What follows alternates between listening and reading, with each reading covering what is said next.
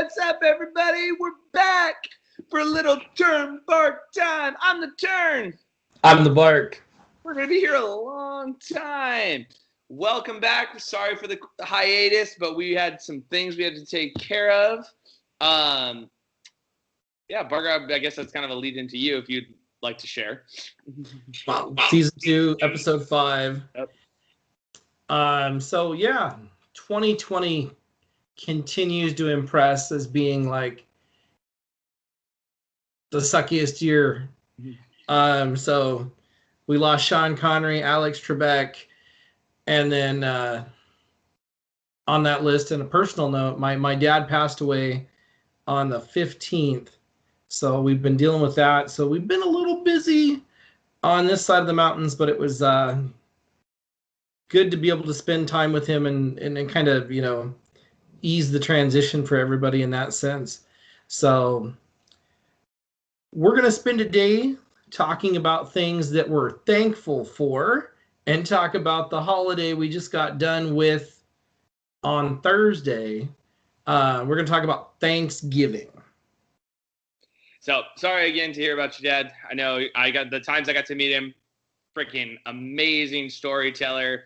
If you guys never got a chance to meet him, the best thing was Barker. I went over to Barker's house when he was living in Quincy, and he goes, "Okay," he goes, "You just watch. You just watch." And I said, "What am I watching for?" And he goes, "Anything you mention, my dad will turn into a Vietnam story." And I was like, "Okay, you're on." And so we're chatting, and he turned, I think, football, music, and I think just the news in general into like a Vietnam story. And it was so awesome. So again, sorry for your loss. Big thing. Looking back, we are thankful for things. So I'll start off. One of the cool activities we did actually with our students this week was we had them do an A through Z thankful kind of tree. So every letter you had to come up with something that you were thankful for. And it was really interesting just to go through some of those things. And a kid goes, "I know what Turner's going to put for X." And I was like, "Oh, yeah? What are you going to do?" "Well, Turner, you're thankful for X-rays." And I was like, "You're right, I am. I'm thankful for X-rays." My A was also ambulances. So that's kind of gives you a deal about where we're going. But, yeah, overall thankful. Like when I was thinking about this and I was thinking about my time with my students, and like as a teacher, I'm really thankful for my students that show up, and the ones that don't show up, I'm hoping that are here and I can help them and stuff like that. I'm thankful for my colleagues, the people I get to work with every day, my bosses and everything like that. And then I'm thankful for my family. Like my family and friends are just a huge part of my life, super supportive. I obviously went through a traumatic thing this year and I had a lot of people surrounding me. So every moment that I had a difficult time, I remembered that I had all these people that were supporting me. And so really thankful for that. And I got to reflect upon that, on that. We actually celebrated, my girlfriend and I, who I'm also very thankful for because of how supportive she's been throughout our year of being together. We got to celebrate on Wednesday because she actually had to work Thursday through Saturday. So. Yeah, that is the life. I mean, I'm thankful to be back around family. It really was a blessing to kind of being in school. One of the worst things about being a teacher is losing kids, like having a student pass away. I worked overseas in a school in Kuwait, and we lost three kids. We lost 3 kids in 2 years. And so having to deal with that and seeing like those are tragic losses, like people passing on before their time. My dad knew that his batteries were running low. His whole goal was to vote in the election, make sure his vote counted. And it was pretty much the weekend after the election, like after the votes had come in, he was like, I'm done. I'm ready. I've mission accomplished. We've done what we came to do. And it was a blessing to be there and be around him and kind of, comfort him. And, we sat and watched football. One of the last nights that he was still kind of with it, one of the last times he kind of opened his eyes and was kind of like in the room there was when I turned the Cougs game on, which they lost to Oregon. So, to the Ducks, but Go Cougs. Still standing strong there. I'm blessed. I'm thankful for the wife that I have. Like, she supports me and tries to keep me sane, keeps me on track as we're doing everything, because it's like new job, new school, new house. We just moved into our house the week before, and so trying to get my kids in here, get everything organized, make sure that the water's running and all that jazz at the same time. And again, just a network. After my dad passed, I've talked with Turner, talked with Mr. Ramsey, I've talked with Mr. Averill, like everybody. There's a lot of people that have been reaching out, kind of, what can I do? And it's just kind of one of those things where I'm like pretty at peace with it. Dad and I were in a good spot with each other, just kind of let me cook. And if I need something, like, I'll share a dark joke with you, or, a dad joke, because that's one of the things that, I'm thankful for. I got my dad's sense of, I'm not as good of a storyteller, but I think I'm fairly entertaining. Don't look at our channel optics. It would probably don't count our views how entertaining we are. When people are forced to listen, if you go to Newsmax, it says we're the #1 rated YouTube show in America. When children are forced to listen to our stories, we are a lot more entertaining. So that's true. But yeah, you know what I mean? Like, and I'm thankful to live in the time that we do. We have a lot of entertainment options at our fingertips, a lot of things that we can choose to do and keep ourselves safe at the same time. So with that being said, we're going to look at the history of Thanksgiving. One of the things I found that I was going to ask you about this, it was pretty unique, was Thanksgiving actually isn't prior to Washington kind of making a decree about Thanksgiving was just a religious thing. So like through there's documented of like the 1500s, 1600s, prior to like what we know as Thanksgiving today, and I should say Thanksgiving in the United States, because there's also Canadian Thanksgiving, which is celebrated at a different time of year. That like a lot of religions or a lot of people would just stop and give thanks throughout the year. And they called that kind of a Thanksgiving. Obviously, you're giving thanks and stuff like that. So I found that really unique. Obviously, the story that we know is kind of the oil painting behind me and the oil painting behind Barker, which is considered to be the first Thanksgiving. But, I mean, realistically, it's the first Thanksgiving in the United States. But even then, there were actually evidences of Thanksgivings at in Virginia, like at Jamestown and things like that. So, but anyway, the one we know is the one you're all taught in elementary school, which is horrifically wrong. And where it's like, oh, the Pilgrims and the Indians, or they were best buds, don't you know? And they gave each other fish to plant in their crops, and then they fed them. Yeah, okay, that's not exactly how it went down. Well, and a lot of I talk with my kids about this at teaching the high school level now, going, when you're in elementary school, you're taught like the diet, like 0-calorie flavor of history, where it's nice and everybody, we don't want you to go home like cry to your mother, because like history is dirty. History is people doing terrible things to other people for their own reasons. And so like you said, like there's actually been debate, like the state of Virginia and the state of Massachusetts actually like argue with each other about who is the owner of the first Thanksgiving. And it was it's just kind of amorphous thing. And it's one of those like composite holidays, where like Christmas, where everybody had these winter solstice pagan holidays, but then it magically morphs into a Christian holiday. The same thing is true, like a lot of native European, pre-Christian cultures celebrated the harvest because like, yay, we made food, we're not going to die. Yep. It's not like today where we can just go to Fred Meyer and go to Walmart or go to McDonald's and get food on demand, right? These people crossed the ocean on a boat, and if they screwed up, it was going to take like 6 to 9 months to get help, or a year to get help back. Yep. So you can't exactly be like, oh, honey, I want to make bread tonight. We're out of sugar and wheat. Could you kindly go to Walgreens across the sea and fetch them? Think about what happened to the people at what was it, Roanoke? Yeah, Crotone. Well, we don't actually know what happened to them. We're still working on that. They wasn't there when they got back. I know, right?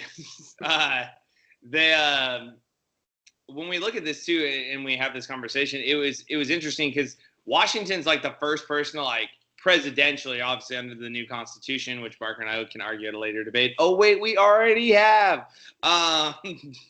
The he's the one who puts pen to paper saying that there should be like a national day of Thanksgiving, but he doesn't actually pick a day. He just says there should be one.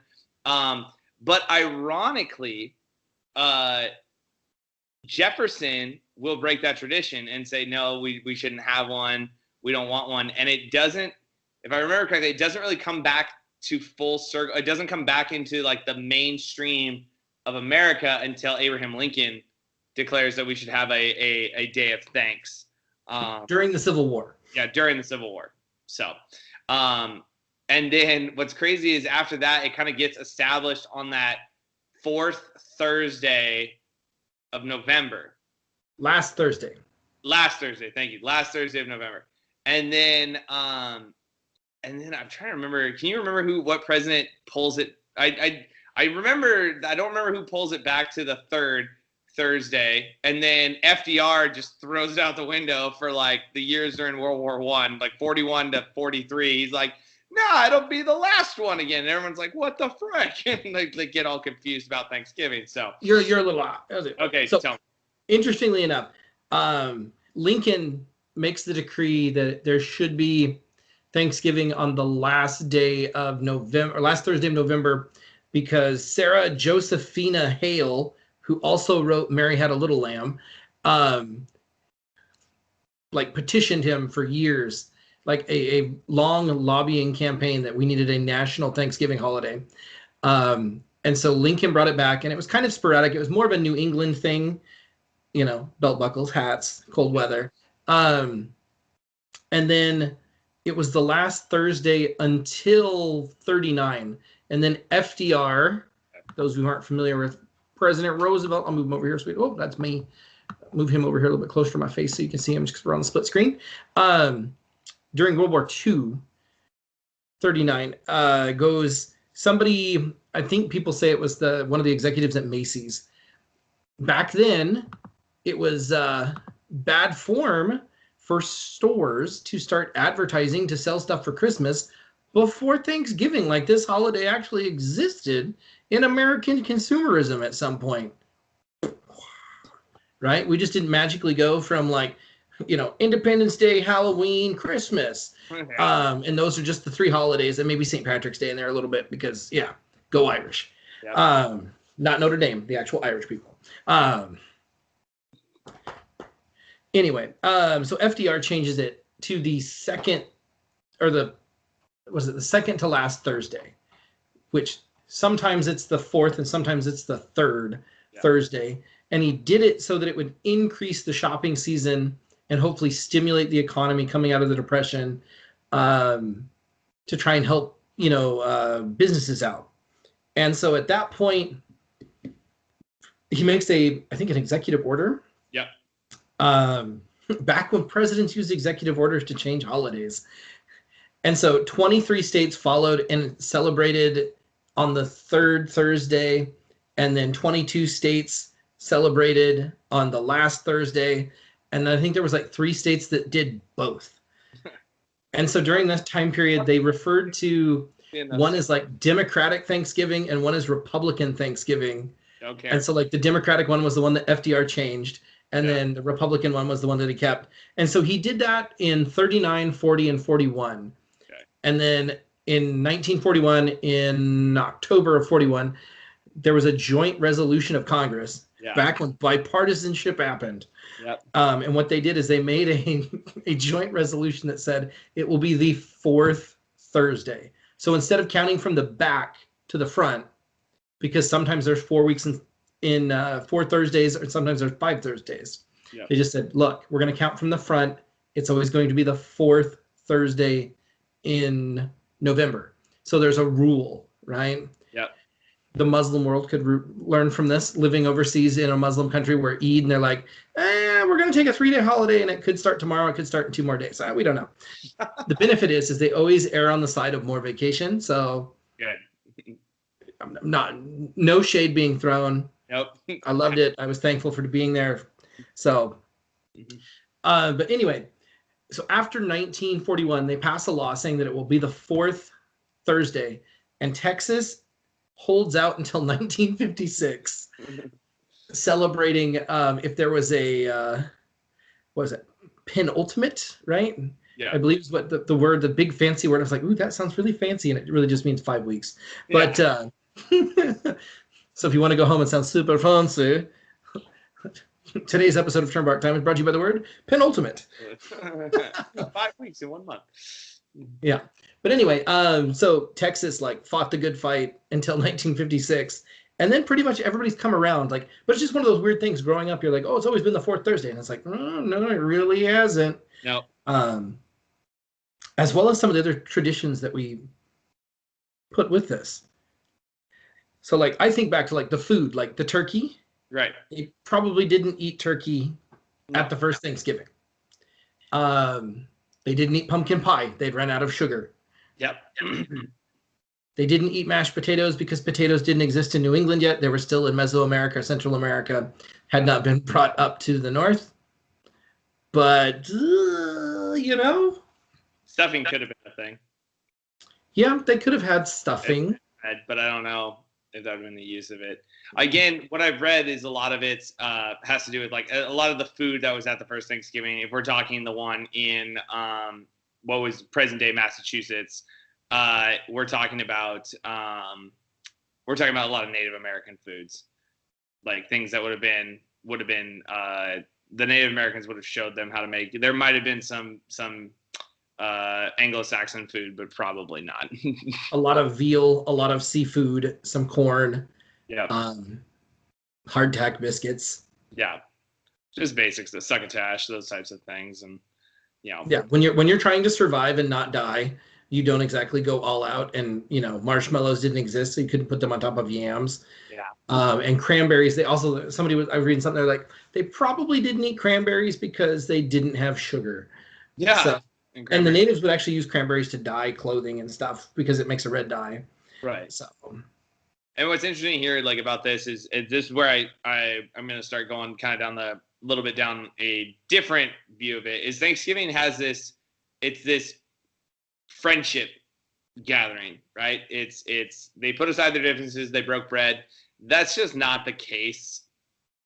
And it needs to be said. And this is where we'll go. Like, this is where you're not going to get your elementary school version of Thanksgiving. You're going to get a more realistic look at the world. And you can start with some basics. Like, so the Pokanoken people who like teach the Pilgrims how to like do all this stuff, right? We've all learned the stories about, oh, they put fish in the sand and it like was fertilizer for their corn and like things like that. And it was like it really happened. But they also like wanted their weapons because they had guns and guns were a new thing and they were scary. The other thing that's important here is that the Pilgrims weren't the first people to show up here.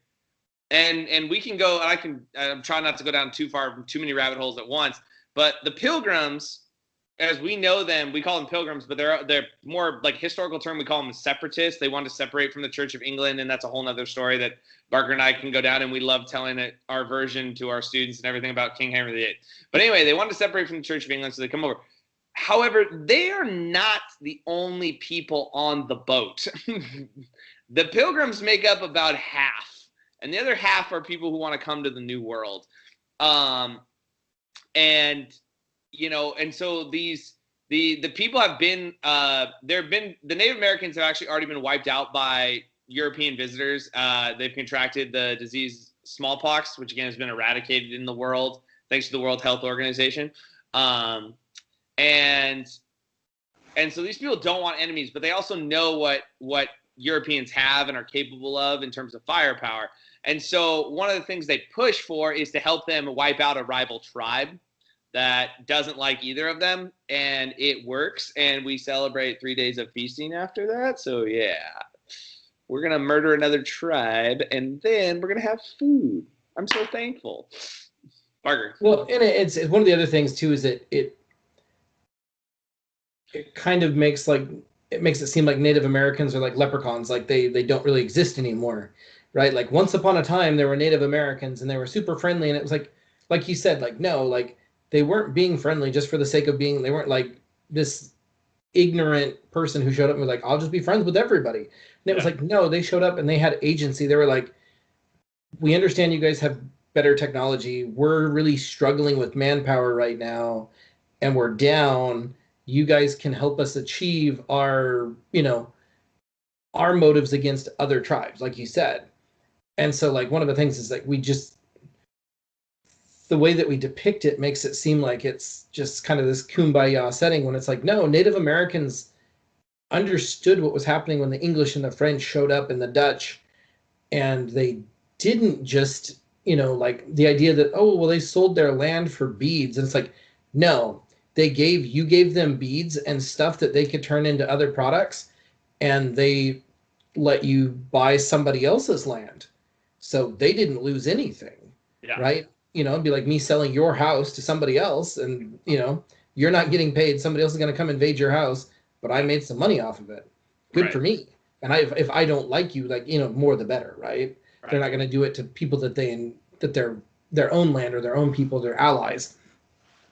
And so I think that's one of the biggest things too, is that it kind of feeds into this idea that we just assume that, the Native American, like things were done to the Native Americans and they were just kind of there, like being acted upon, and they didn't have a voice or an ability to direct things. And when in reality they did. I was reading another article, and it was saying that, like, if you read the story, they're like, oh, well, 90 like braves showed up, like 90 like warriors. And it was like, yes, because at the Thanksgiving thing, they were like shooting off guns and like cannons.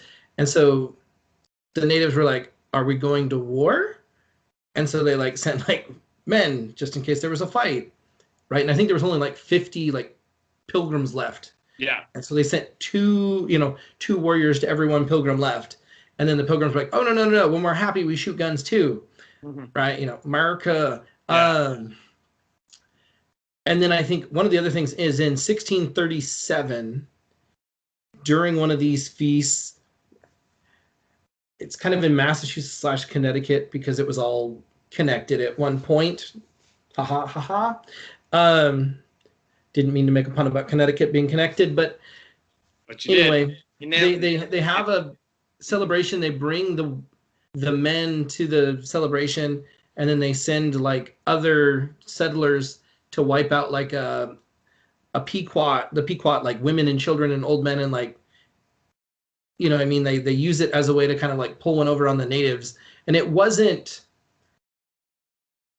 the same, like the Wampanoags and like their relations change over time, like in the same way that like we hated Britain during the American Revolution, right? We want to get away from you. But you look at like everything after, like the late 1800s, like the United States and Britain are generally on the same side of things now, so it's like those relationships change over time. And so like they went with the Mohegans and like went through and like wiped out these other tribes. So like the power dynamics changed, and settlers like used those power dynamics, as did the tribes. Like, again, history is a long list of people doing terrible things to each other. And so like starting in 1970, a group of Native Americans have actually gone through and gone, we shouldn't like celebrate Thanksgiving because for our people, it's like, it should be a day of like sorrow, because like you're literally like, there was literally a genocide or a massacre that happened on this day. And that's like, we don't necessarily feel right throwing a party. Absolutely. And that's one of the big things. Is actually like this progression. And like you said, it started in the 70s and it's been getting louder and louder and louder. And it's going to be really hard because there are a lot of people out there that will shrug this off and say, well, that's not what it means now. And that's really interesting that we kind of think about that, because we're coming to this point in our history where, and I hear it all the time, where people talk about cancel culture and like how it, if it offends somebody, we got to get rid of it kind of deal. But there's an interesting thought to this, is that we're trying to judge history off of today's morals and today's beliefs. And we need to, right? Because we're obviously different people than we were back then. And this comes at a point when we talk about, like, we can talk about slavery, we can talk about interaction with Native Americans, we can talk about decisions the United States has made for years.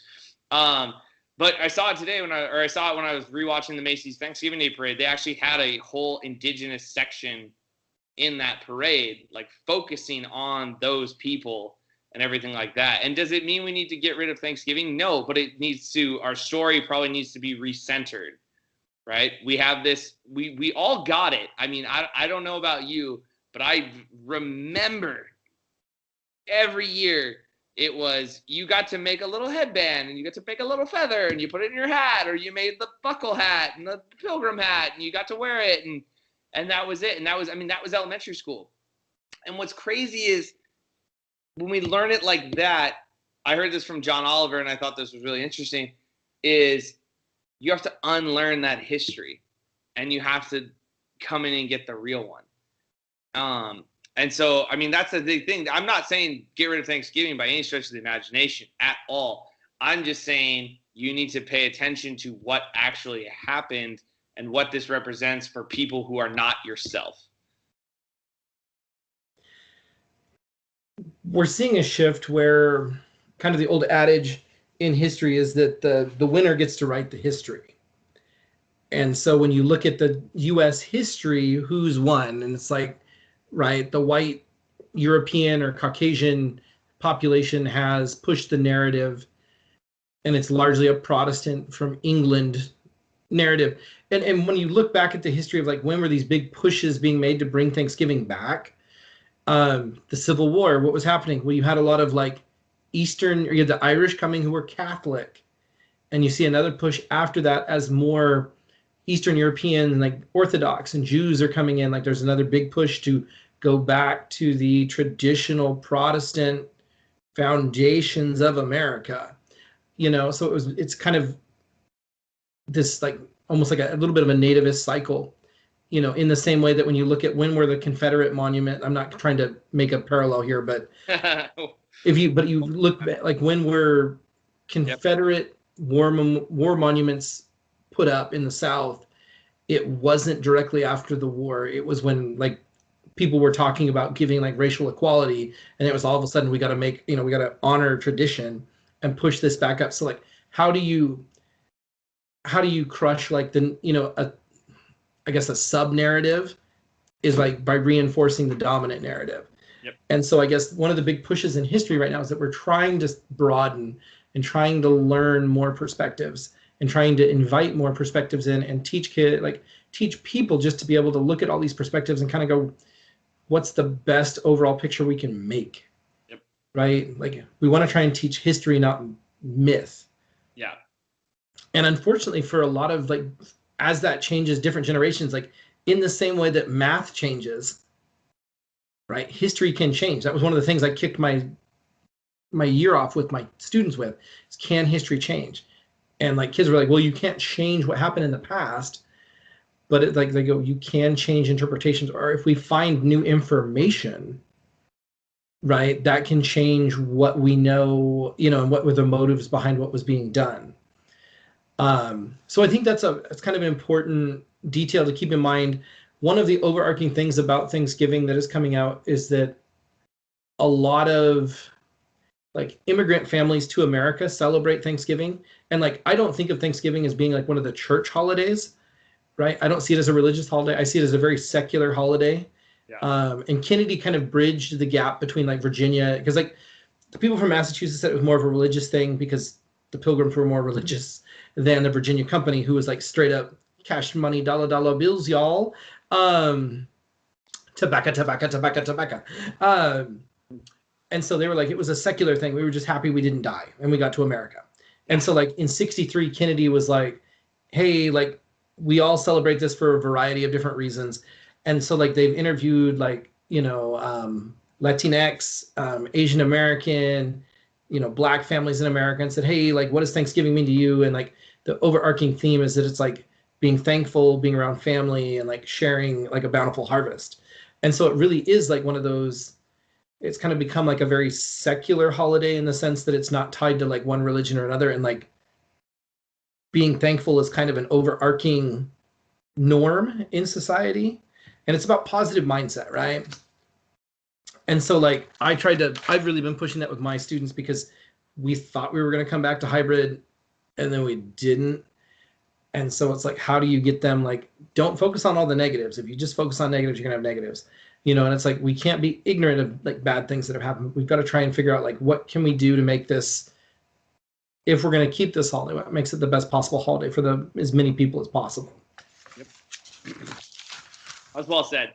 And again, like it's kind of like I'm not going to make that stretch of a comparison, but we want to make sure that like we know like what actually happened, and obviously we're not there or anything like that, but we have multiple accounts from a bunch of different people who wrote it, and we have that information.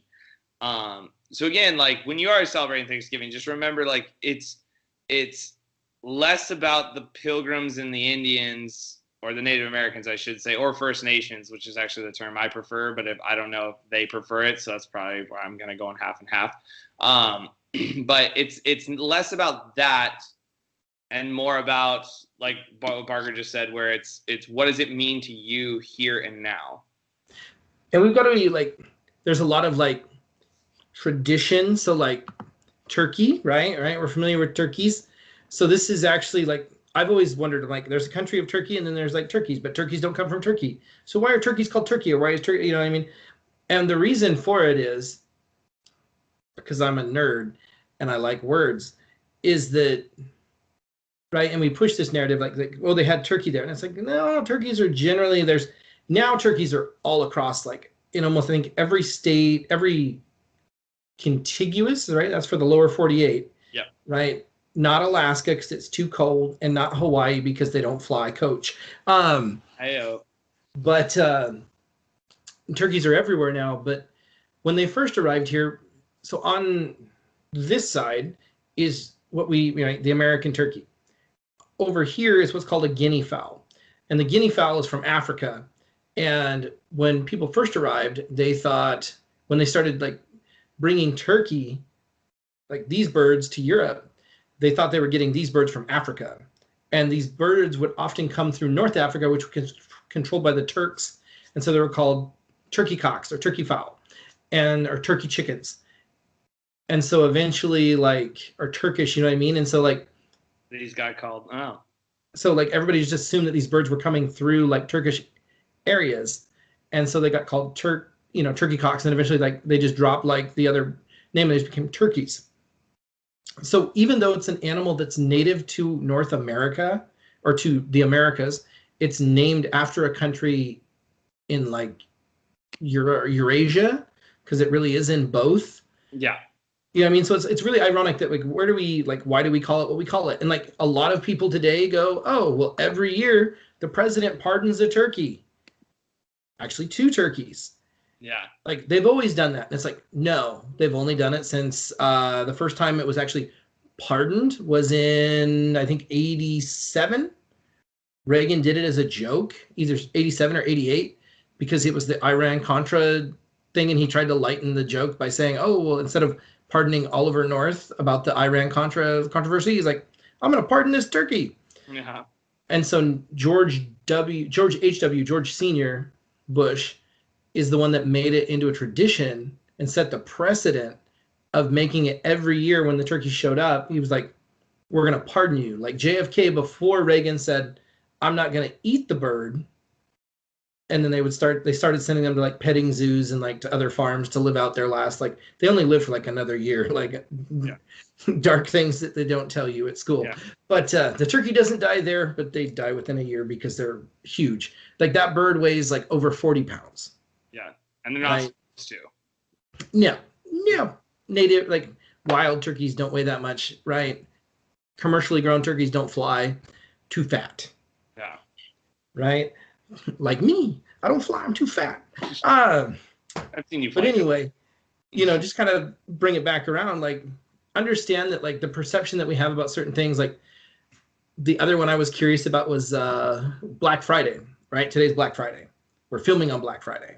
Yep. On the West Coast. For a little bit longer. And I was like, where does that come from? And like, there's all kinds of these like different narratives. Like people are like, oh, well, they used to sell slave. And it's like, no, it comes from Philadelphia. And it was actually a bad thing. Yeah. Because what would happen is in Philadelphia the day after Thanksgiving, all these people would come to Philadelphia because the Army-Navy game would be played. And so people would come to watch Army and Navy play because it's halfway between Annapolis and West Point. And it was just, there was a ton of people in Philadelphia. And just when there's more people, right, in a space that there's normally not that many people, like think about the Gorge Amphitheater. What does that do to, George and Quincy when there's concerts at the Gorge, besides money? But there's also, people, we need more law enforcement. Yeah. And so the law enforcement started calling it Black Friday because they're like, this is a huge pain in the butt. Yeah. And then in the 80s, they tried to flip it and say, that's where the narrative got pushed that it's about making money. I mean, yeah, you put you in the. It's all about like. You mean like what does it mean now? It'd be like somebody trying to defend. Well, a swastika is fine because the Buddhists say it means or the Navajo, and it's like yeah, but it's kind of been ruined by one person because of this narrative that's been pushed. Yeah. But anyway, just to like kind of look at things like things change over time. Right. And I went down this rabbit hole of all these like Thanksgiving related things. I'm like, wait a minute. We pardon turkeys. And I sit there, my student teacher, Coltrane, tests to see if you watch our episodes. I don't think you do. And this is gonna prove it right here. Day after Halloween, he's like, guess who's playing Christmas music? And I'm like, no. I go, the 46 million turkeys that die every year deserve our respect. Right? Do you understand? 46 million turkeys. That would be like if you took the population of California and New Jersey and we ate them. Okay, or the population of Spain. A little dark, but okay.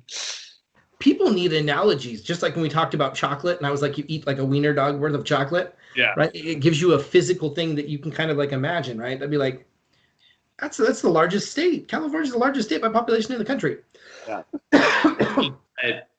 It's one of those ones too, because it's been talked that like with Thanksgiving and stuff like that, that's why Christmas decorations can kind of come up before Thanksgiving, is because some stores have used the narrative of like Thanksgiving is this oppressive anti-Native American holiday, and so they're like, oh, well, we just need to skip it, right? And I'm not going to put Thanksgiving stuff out. I'm going to put Christmas stuff out, which is why like you go into Costco before Halloween and there's Christmas stuff up. So making the most money because we're the most woke corporate big box store in America. Totally, that's what that is. But yeah, don't fall for it, America. Hashtag don't fall for it. Don't fall for it. Hashtag Barker knows. That's right. Fun fact, do you know how long the Detroit Lions have been playing on, or the franchise in Detroit has been playing on Thanksgiving? How many, like, consecutive years? I don't know if it's consecutive, but what was the first year? The first year they played on Thanksgiving, I'm going to throw out 44. 1934. Oh, shoot. They were like they weren't even the Detroit Lions. They were like the Plymouth something or others. Yeah. Like, back in the day when it was like barnstorming leather helmets, But they did it to get more fans out, to expand their fan base. But the Lions are 37-40-2 on Thanksgiving. And the Dallas Cowboys are now 30-22-1. So it works out a little bit better for the Cowboys than it does for the Motor City Kitties. Yeah. And then there's been the third game has always been played. The rotating game was added in 2006 that didn't get played this year because COVID. Baltimore Ravens have been hanging out with Rona. That's also why they're not playing on Sunday. Yeah. And Tuesday. But that's in America. But anyway, and that was another big thing when we talked about like FDR changing it. One of the things that led to people resenting him was they already scheduled football games for 1939, and like historically, like rivalries like the Apple Cup, when there's not coronavirus, is supposed to be played like it's been being played the Friday after Thanksgiving. The Oregon OSU game, which is no longer called the Civil War because we're going, well, maybe that's the name that we shouldn't throw around with athletics when it's an event that killed the most people in American history. And to determine which side was fighting for slavery. Yeah. So, maybe we shouldn't put that together. But anyway, like a lot of that stuff, has been tradition around, these holidays as well. And so, I mean, like that's what I think about when I think about Thanksgiving, what it means to me, like just on a very low level, like I understand like the historical ramifications of it. And like my daughter's in preschool, and one of the songs they sung, I was like, oh my God. Like it was supposed to be, it was to I'm a Little Teapot, but it was essentially about being a Native American. And I was just like, this is why we have to unteach kids stuff. Yeah. You know what I mean? And it's like, I don't have an answer. I don't, you can't teach a 5-year-old R-rated history, but history's R-rated. Like you can't polish things up. Like even when like a country looks like they're doing something for noble reasons, most of the time they're probably not. Right? It's just, it's human nature. Like unfortunately, that's what really makes it interesting in the end, is that I always tell kids, history is a novella, right? It's about terrible things happen to people, and you want to know why, and you're like, the crazy thing is with history is that sometimes we don't get all the puzzle pieces, we don't get all the narratives. Nope. Right? And so like, it's like watching The Wizard of Oz from the first perspective and not getting Wicked, where somebody comes in and tells it from the witch's standpoint. Is the witch really, a bad person, or is she just misunderstood? Right? So it's kind of this idea that we should be inviting more perspectives and kind of inviting more people to the table and letting them talk, not just inviting them to the table and doing the same thing. Like, let everybody talk, and it doesn't always have to be the same people that have been talking for years and years and years doing the talking. Like, how can we come together?